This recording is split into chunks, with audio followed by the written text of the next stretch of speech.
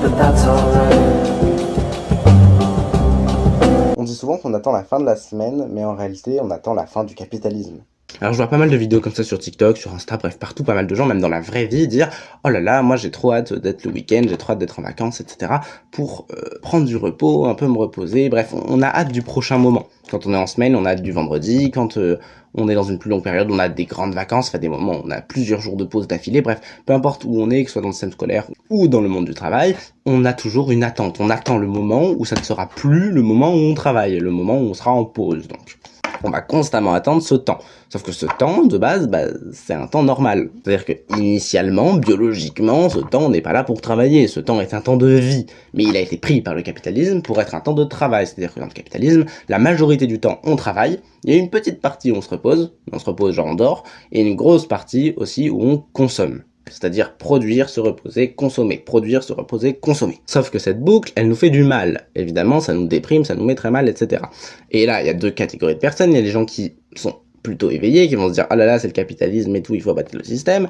Et il y a des gens qui vont se dire « Non, mais c'est juste, là, je suis un peu stressé en ce moment, on s'en fout ». Et limite, qui vont convertir leur haine du capitalisme envers les autres prolétaires qui, eux aussi, en ont marre du capitalisme, mais eux mettent les mots dessus.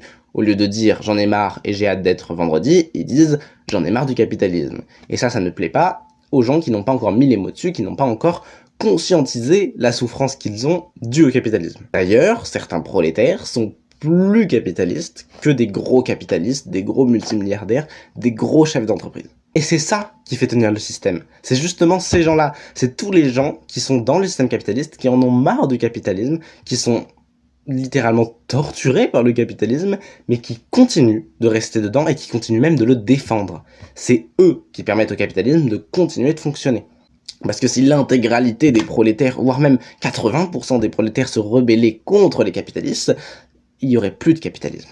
La seule et unique raison pour laquelle aujourd'hui il y a encore du capitalisme, c'est les prolétaires qui défendent le capitalisme. Alors cette vidéo, je la fais un peu dans le vent parce que je sais que la plupart des gens de gauche sont déjà au courant et que les gens qui ne sont pas de gauche sont juste en mode ouais non mais c'est pas la faute du capitalisme, et même si ça l'était, c'est normal, c'est pour faire tourner l'économie. Et là, ce que je suis en train de vous dire, c'est que la seule façon de quitter ce système, la seule façon de plus en avoir marre des lundis, c'est d'abattre le capitalisme. À chaque fois que vous dites putain j'ai la flemme, demain c'est lundi, en réalité vous dites putain j'en ai marre du capitalisme.